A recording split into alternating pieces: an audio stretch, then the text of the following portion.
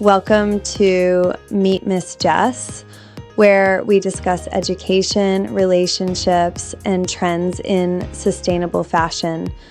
Each week, we'll share stories and insights to cultivate a more empathetic and inclusive world.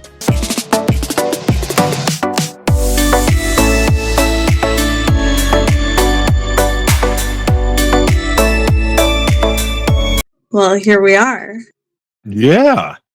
This is the first episode, and I want to start off thanking you, Joshua, for doing all of the producing and management of Meet Miss Jess. I'm really grateful because without you doing this, I probably would not be doing it. It's just not my thing with how I am in the world of technology. I'm really living on the world of like humanity. So technology is something I don't naturally just switch into that mode of thinking. So thank you for being that part of my brain for me. I appreciate you. So I also want to just say how ironic it is that there's kind of like a weird backstory of when I first started talking to people and meeting them face to face to hear about their stories and learn how they got there so that I could develop those parts of myself that I didn't have yet, because I believe education is how we grow into bigger, better versions of who we are. And I enjoyed learning through people, and I enjoy learning from experience. And it's because I learned to understand, not to memorize. So I might drive some people insane with how many questions I ask, because I think my neurodivergent mind maybe doesn't have natural reflective processing skills when it comes to how I ask some of my questions, or how many of them I ask. So thank you for letting me ask you so many questions, Joshua, since I met you, but like 5 years ago. You've mentored me through this time of insanity, and you've let me learn from you in a way that I got to pick and choose what I took, and there was never an expectation, and you let me just grow into myself. And I don't think I've ever met anyone that can do that, or knows how to, or any of that. So thank you. I'm very grateful for you. Wow, that is a compliment and a half. Thank you for that. Thank you for all of those compliments that I was not expecting to hear. I'm really proud of you because you're stepping into what I saw you to be. And I've told you this before, but I'm going to tell your audience this. I've told a lot of people what I believe was possible for them. And, you know, we all have different gifts, and I trust in those messages that come through, and that when I share with someone that it's something that I really believe is to be right. And of course, it's up to them to decide if it's right for them. But I've learned over the years that what I'm sharing is not really from me. It's something that came through me. But 9 times out of 10, people run from what I tell them. They run from it. And I'm not saying that I'm the reason you ran to it, but I've been able to watch you take the journey, take the hard road, and do and become what I saw for you. And you're doing it all now. And that was even knowing you weren't a technology person. So I'm it's inspiring to me to watch someone like yourself, because like me on my journey, when I knew that I had to take my journey, I didn't have any of the skills or the knowledge that I do now. And the whole time I'm going, well, how in the world am I supposed to do this? I don't know what I'm doing, but then found a way. Jessica, you did the same thing. And it's so inspiring to me. And it's great for me to be able to look over, so to speak, and watch you on your journey and see you going. And that helps me keep going. Because when we pursue what we're called to do, it's not an easy journey. It's hard. It's frustrating. It's confusing. It's, where are you now, God? Where are you? Like, I thought you wanted me to do this, and why do I feel so alone? Why do I feel like I'm failing miserably? And then you just keep going anyway. And you've done that. And it's inspiring for me. So I admire you a great deal, and I'm honored to be a guest on Meet Miss Jess VR. Woohoo! The first episode. So, just to the audience, this is really a big step for me because I'm an introvert. I've learned. Well, that's part of my identity, which I was just listening to Eckhart Tolle. Is that how you say his name? Um, yeah, and he was talking about ego, and that really any attachments are things that will cause us suffering eventually. Mm. So to think about not having attachments is really where I try to stay. With things just are how they are, and what we can do is use what we have, um, our human form and our spiritual form, to make the most of it. So to all be artists and to create while we're here. And so that's how I've gone about my journey.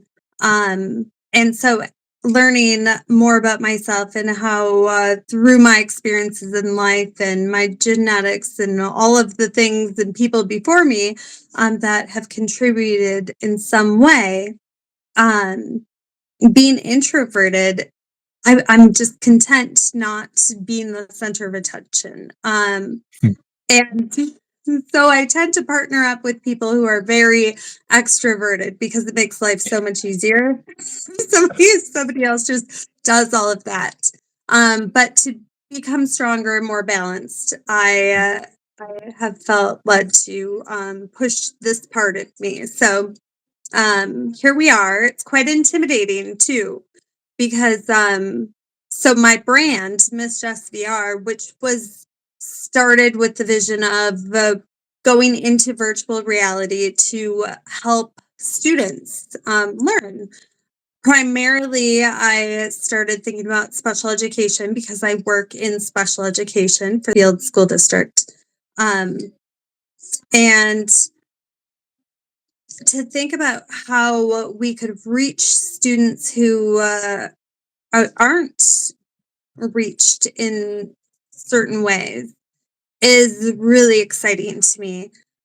So I imagined me going into these virtual reality experiences and meeting with students to show them instead of just telling them, like how I learn, to show them, and in a way that it's just right in front of you.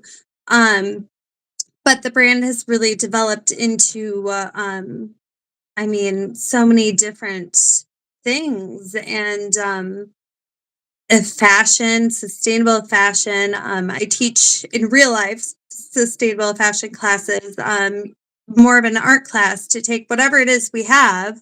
The Northfield newspaper donated newspapers, so we used newspapers. There's so much stuff in the world that isn't being used, and why not?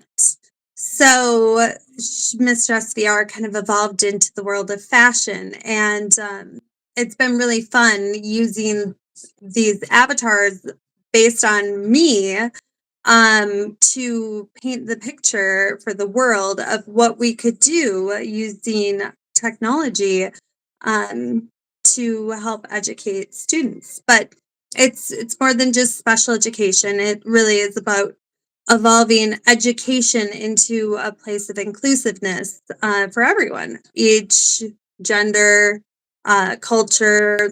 It's to open up the world to all the things they can learn, how they learn, not how one teacher teaches.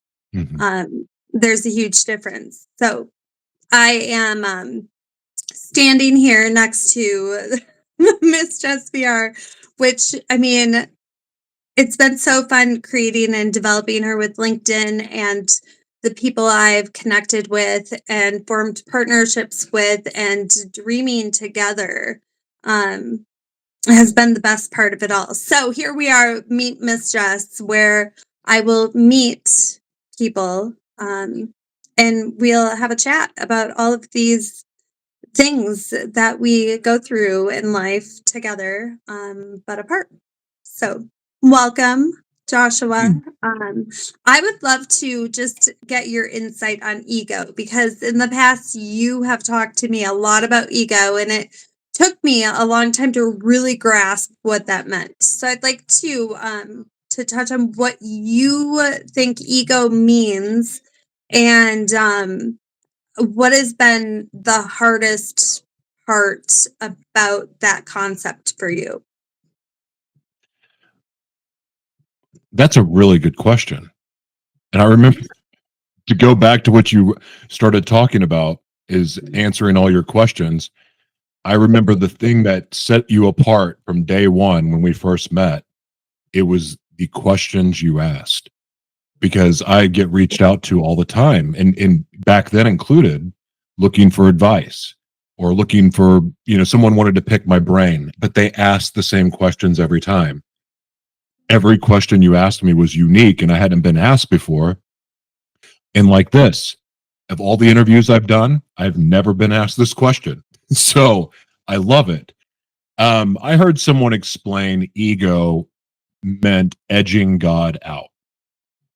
And thinking about that, and thinking about who I want to be. Like, I want to be, and if I'm in my identity and I know who I am, and I can embrace that, well, that also means that I am one with God to some degree. Like, I'm in flow, I'm aligned. Like, my actions, my way of being, how I am towards others, the type of love and respect and restraint. Some people call it the fruits of the spirit. That, when I'm looking and I'm living that way, I know that my ego's not involved. I'm being more patient. I'm being more kind. I'm not judging, even though it's something instinctively I'm wanting to judge or make myself right or prove someone wrong. And that actually makes me want to focus on the wrong part. Even the notion of knowing what's really right and what's really wrong, as if I'm some authority in that. That's ego. Who am I to tell you what's right or wrong for you? And I want to use this example, and I don't want to be offensive to anyone out there based on beliefs, but I was an evangelist at one time. And one of the mistakes that I made as an evangelist was getting in these competitions about how religious or how Holy Spirit filled I could be, or how anointed I could be, any of that stuff. And looking back at it, every bit of that was me acting as if I was God, in the sense that I could judge other people based on their actions or say that you aren't living right. Because I say that now because I can also look back at some of the things that I felt led in my spirit to do, like write a book about my past life that was completely uncensored because I needed it to be honest. because I felt like by censoring it, it wasn't being honest, and remembering how wronged I was towards other people that shared my beliefs, and feeling judged and ridiculed and even shunned by them.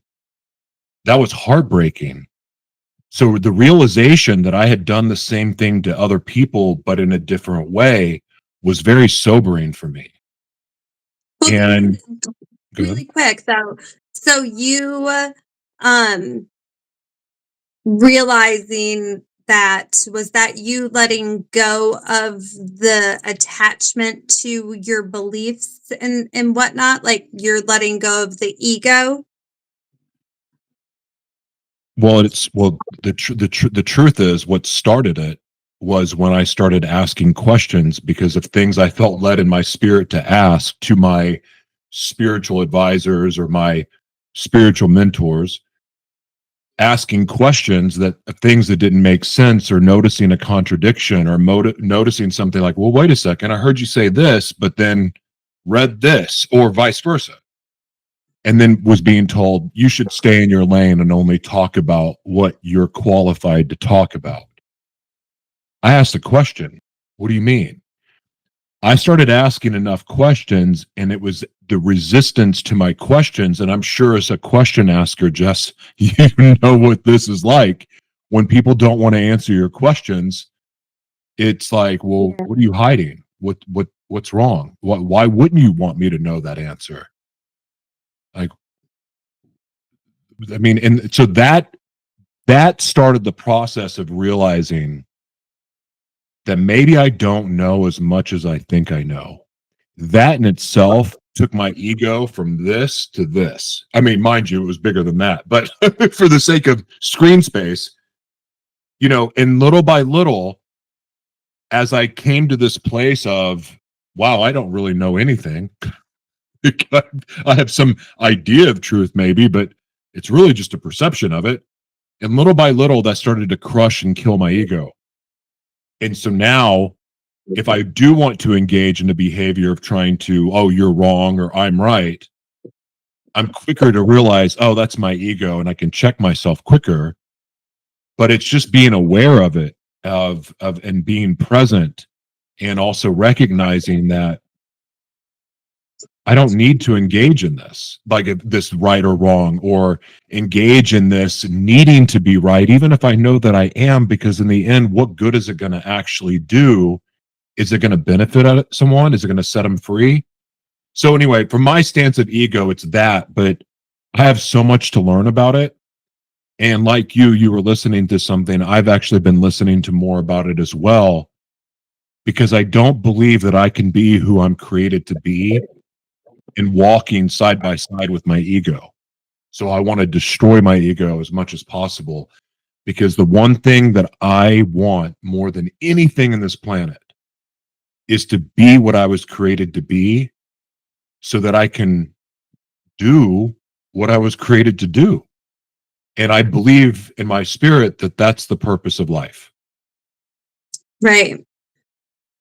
Well, and from what I was listening to today was that even as children, when a child is given their name, they hear the name and they'll even associate it in the third person, and like, Billy, you want a carrot? Like, and then eventually they kind of merge that new thing into themselves, and then they want a carrot, and then that whole concept of what they now are is it's it kind of takes over, because it's the very first thing they learn. It's this new thing, it's all about them, and then things are attracted to them, and then they feel good because they have things coming to them, and then they don't want to let those things go.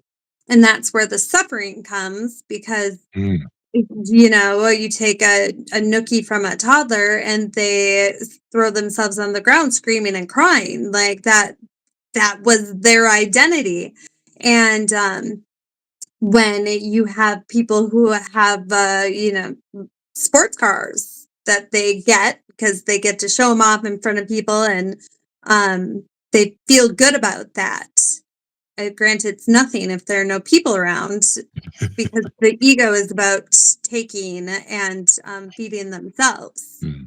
And when you take the ego away, things can come and go as needed to develop you. People can come and go, and you can develop them. And it's a really even give and take flow that can happen. But when you have someone with a huge ego and they're taking all of the things, and they just that's what feeds them. That's what they get their happiness from, because it feels so good. They lose sight of all of the other people around them with nothing, and who he has all the things. So letting go of things right away, or just not associating them with yourself, um it seems like the easiest way to me, to just be happy with what you have and be grateful, and then be happy and grateful for what you had, and open to what new may come. It's a hard thing to do, um, but it's necessary. Even and it's the one thing that I learned to do in the last year, especially, was get comfortable surrendering what I loved or love. And because what you're saying is absolutely correct in my opinion, but I think that one thing when we think about, like, people talk about surrendering pain, like the things that we don't like, but I equally as powerful, like the pain, like people talk about demons and like, oh, it was a demon. Demons have a purpose too. You know, they teach us things, you know, like, and I'm going off in a weird area here. I'll circle back in here. What I mean is the pain, the suffering, the hard lessons in life are the greatest teachers. And so the paradox of life is that we should be more grateful for our pain and the things that hurt us. And yet at the same time, we are quick to surrender that. We're quick to get rid of it. And we want to keep the happiness. We want to keep the joy. We want to keep the high of love, or keep the high of happiness, or the high, whatever comes from good times. But that doesn't really teach us anything. But another thing too that I've had to learn was surrendering what I love, because I didn't know. I This last year has taught me, just with my health and the things that I've gone through with these frequency induced tremors. um I've learned that there's a lot of things that I love that I can't just assume I'm always going to have. And that could be personal things, it could be family, it could be friendships, it could be my career, it could be, my voice, because I for several months couldn't talk really. um Going through all those things, like, that was another way to kill my ego and help me refine me to get to a place where I could be truly grateful for what I had, instead of looking all around for what I wish I had, but just looking at what I did have and go, gosh, that is even more. That is more than most people have. Like, even dealing with the health issues that I've had, and looking, I could look at the things that I lost or had to give up or had to surrender. But even with that, looking at my situation, going, gosh, I really am blessed. I may have lost a lot, but look at what I've gained. And I get to be grateful for that. And so, yeah, it's just an attitude and perspective shift, because we are truly, truly blessed people, I think. I don't think we focus enough on what we have. We're always Right. looking at what we can do more of. Well, even suffering is ego, because it's an attachment to something. Hmm.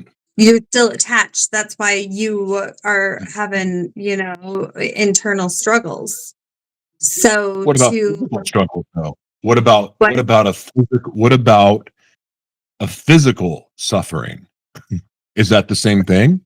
Well, that's where you reach inside for strength, I suppose, right? You find your inner strength to be calm in the storm, because our reality is what we deem it to be. How we perceive it is what's real for us. So I mean, I can't imagine doing it through some of the things like what you have to do it through. That's insane to me, because how long have you been having tremors for? A year since January 20th was the first day. Right. And they're painful, correct? Yeah.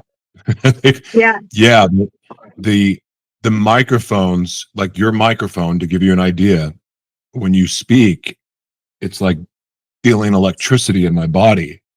And and I can sometimes mask it better than others.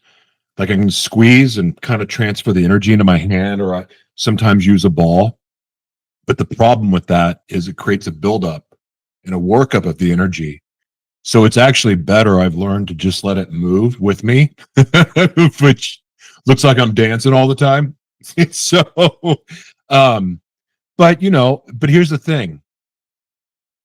It's such a blessing to get to do this. I mean, one, to be interviewed by someone, to have, and it's somebody that I respect. But I mean, anyone who asks me to be on their program, that is a blessing to me, because that's an opportunity for me to share my heart with people. And that's a great opportunity and something I would never take for granted, ever. I don't care who it is.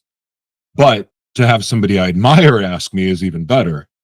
But then, even for me to do my own broadcast, which I can't do as much as I used to do, I have to guard it, because I would do 3 episodes a day back in the day, not anymore. But that said, I love it. I'm grateful for the opportunity. Like some of the people I get to interview, I've been able to interview you.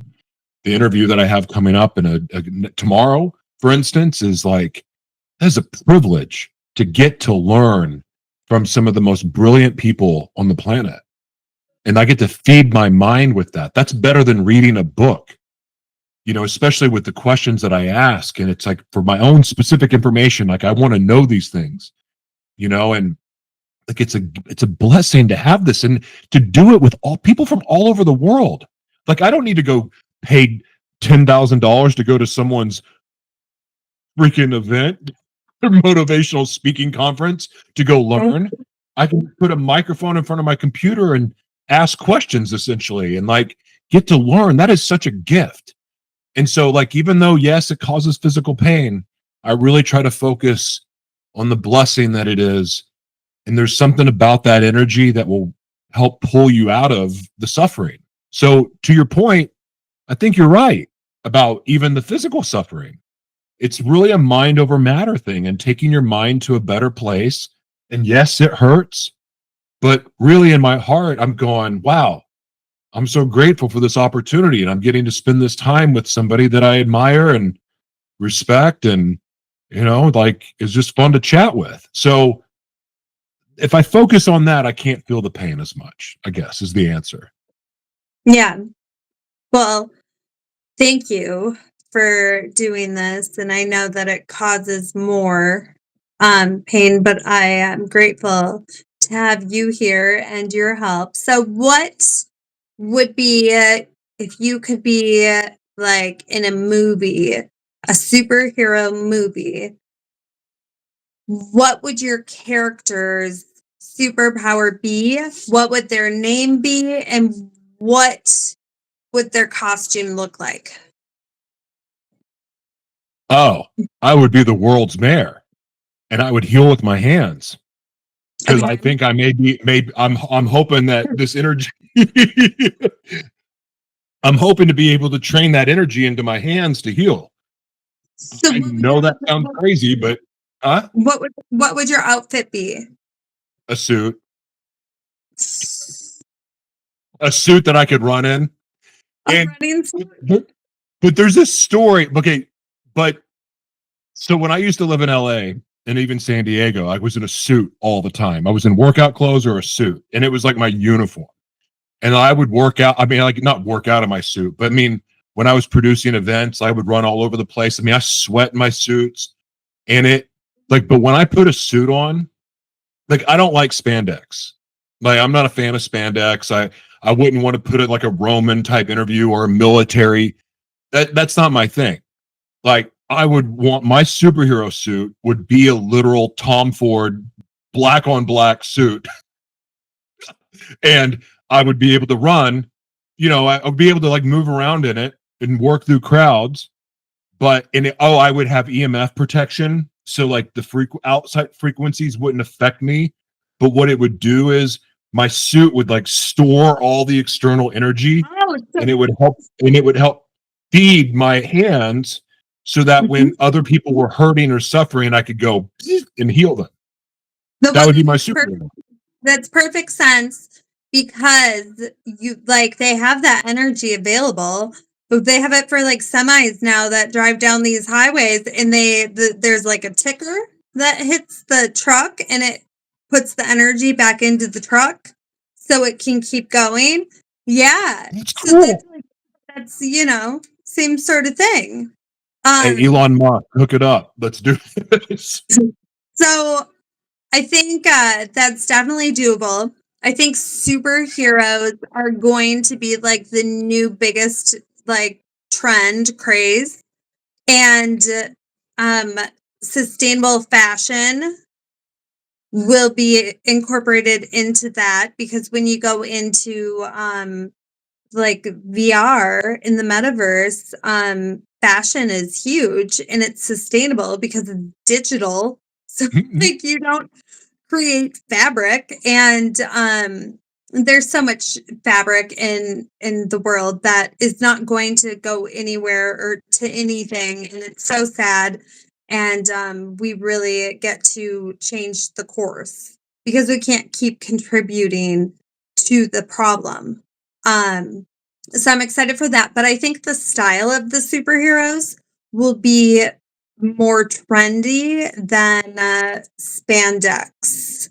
Like Miss Jess VR will be a superhero that like it's like kind of Clark Kent style, like she's a teacher. Yeah. It's during the day, and then like this superhero that goes back in time and to the future and to different places around the world. Or maybe when she's a teacher, she's going to different places around the world, planting the VR projects. And then the VR version of her is going back in time into the future. Yes. So that's going to be a thing. I like it. I actually do like that. By the Okay. way, So, yeah. okay, you're asking the questions. I was just going to say your influence on sustainable fashion is legitimate, because when I first met you, I would have never, ever, ever, ever, ever worn clothes someone else wore. I know, you were so snooty. It was the worst thing ever. I'm like, let's go to the thrift store. This is gonna be fun. We're gonna spend hours there because we're gonna go no rack. And it brings me joy. It makes me de-stress. It brings me back to like good memories. Thrifting should be it should be a field trip that schools go on once a month, because you can learn so much walking around looking at all of these historical items. It's wonderful, and those things need to find homes or new uses or purposes for them. So yes, thank you. Yeah, you radically changed me on that. You radically changed me on that. But your influence, though, no, because you're kids. Like, and it's not just the clothes, though. It's repurposing anything. Like that mindset of like, that's not trash. That can be used for something creative. This doesn't need to go sit in a landfill. Like I've watched you do that, and it's like, and I wasn't like that, but now I am, because it made sense to me.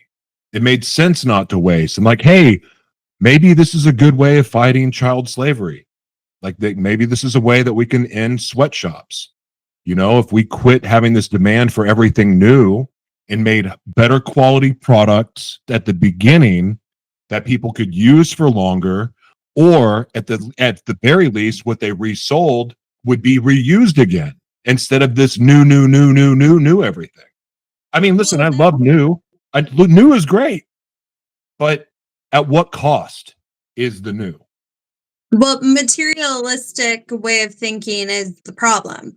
Um, I mean, people feel like they need new things all the time. Mm. Um, so we're going to keep feeding the stores that keep bringing in more new things.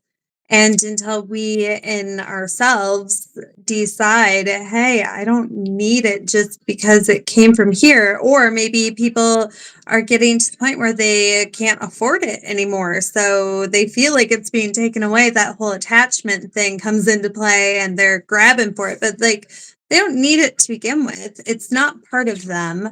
It's just their ego. That it's one of the things that came into their orbit and they grabbed onto, and now they just need to let it go. Because if they care about the future, our children, then they're going to. They're going to, because we can't leave our children to a future that's not there. So, um, I think I think everything's going the right direction. It's exciting. Technology is definitely at the forefront of assisting and supporting a whole new world, for all of us. And I'm excited to be someone who gets to help develop it. And I know you are too, because what are you working on right now? The Bridge Media Empowerment Centers, which is a life. It was a lifetime goal and a dream, but the vision for it started about 10 years ago. First came 10 years ago, like seeing, oh, this is what we can do. And then it evolved over time. And everything from inner city youth in Chicago and getting to learn about what they went through, to being around when George Floyd was murdered and learning about gentrification and redlining, and getting to hear stories of people that in marginalized communities. And I just, little by little, the purpose of who these centers were for grew and evolved. But it's taken 10 years really of work to get to this place where now I have a team. Now we're having investor meetings. Have had 3 this last week that were really inspiring, going to the third round with one. And but I'll tell you about the centers.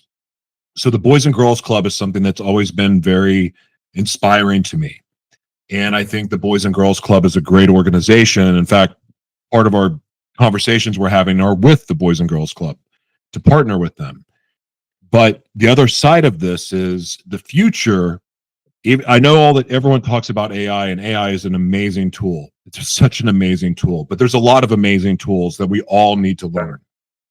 And that's where media literacy comes into play.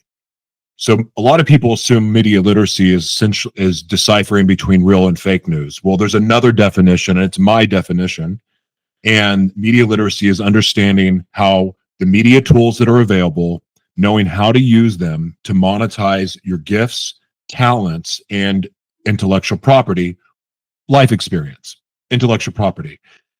And that's very, very important, because AI gives us all of these amazing advantages and allows us to do all these things. But if you don't know all of the media avenues to distribute your content, you're leaving a lot of revenue streams and a lot of opportunity on the table.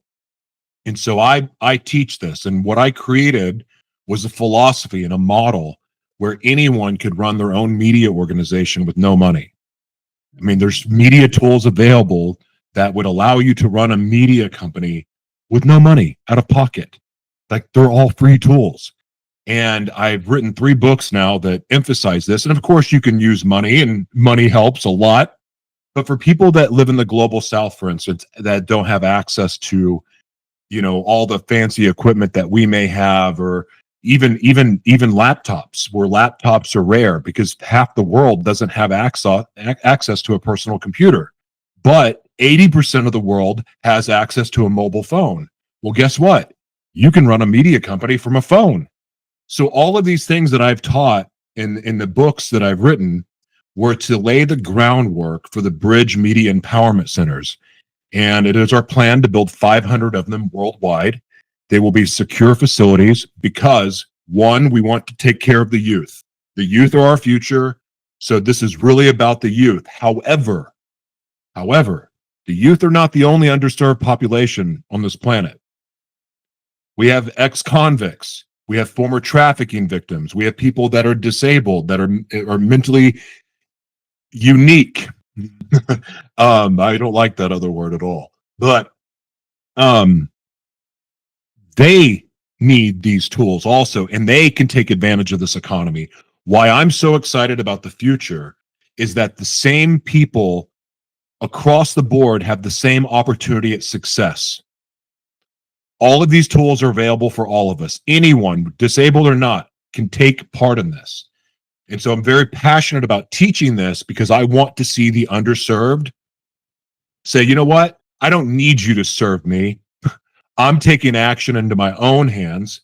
I'm going to pursue the desires of my heart, and I'm going to create something that I believe in, that is in my image. And media gives us that ability. So these centers are, what's so cool about them is not just all the opportunities that it's going to create for people. It's that the people that get involved all benefit from the jump.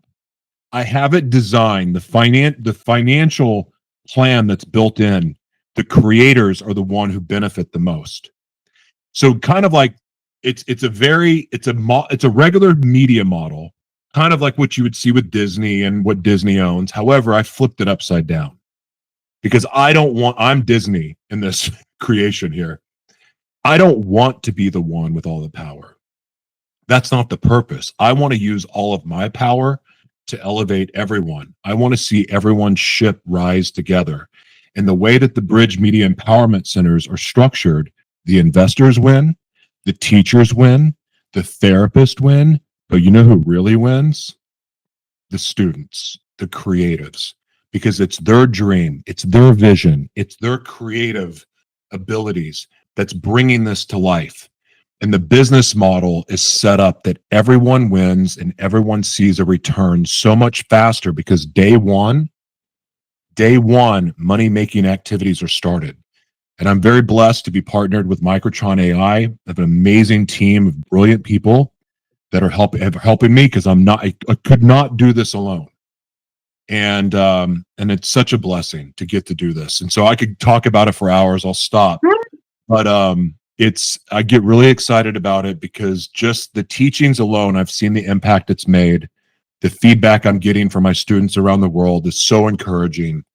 And to be able to take this to the next level and actually have a safe and secure facility for people to come to learn, to grow, and to start building their legacy, to start rebuilding community and family, ultimately, and changing the world. I'm really, really excited about it. Yay! That's awesome. Thank you, Joshua. You have come a long way. I still think you are going to do your talk show globally. But I really admire how much broader your scope has gone of what's possible. So thank you for letting me see it all happen. And thank you for helping me with this podcast. And thank you, audience, for watching. Please like, subscribe, and what else? Joshua? Do I have to do anything else? You want to share this with your friends, of course. Oh, yeah. Share it with your friends. Yeah. Keep coming back. Listen, we will evolve and grow as the show goes on. And I'm excited for this new adventure, this new journey. So thank you all. Wait, do you have any organizations that you would like to shout out, Jessica? Well, I mean, I have a lot. We have the Marine Foundation, we're doing amazing things globally with, well, Miss Jess VR planting projects, micro projects with macro impact around the world, dedicated to keeping culture alive and well, while providing inclusive educational opportunities for the youth and the grown. Lady Rebel Club, and Rebel World Magazine, have been really just an amazing network of neurodiverse individuals who, um, they're making it work where everyone can shine in their own light, next to each other, and the room just gets really bright, and rather than the other. So I'm so grateful and excited to continue writing for their magazine and, partnering with more people, to see what else we can do. So thanks, Joshua. Yeah. All right. Thank you. Till next time.